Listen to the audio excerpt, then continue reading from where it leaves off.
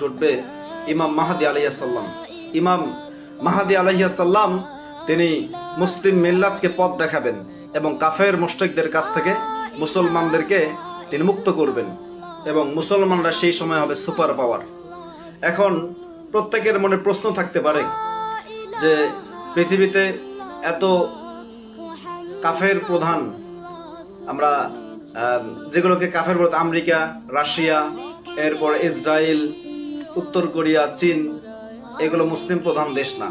এরা তো পারমাণবিক শক্তিধর রাষ্ট্র। এদের হাতে তো অত্যাধুনিক হাইপারসোনিক এবং মডার্ন টেকনোলজি রয়েছে। তারপরেও কি তারা এই মুসলমানদের কাছে হেরে যাবে? কথা হচ্ছে কিয়ামতের পূর্বে ইমাম মাহাদি আলাইহিস সালামের আগমনে সমস্ত নিউক্লিয়ার ওয়েপন এবং অ্যাটমিক পাওয়ার এগুলো ড্যামেজ হয়ে যাবে, এগুলো কার্যকর ক্ষমতা বন্ধ হয়ে যাবে। এটা মহান আল্লাহ রাব্বুল আলামিনের পক্ষ থেকে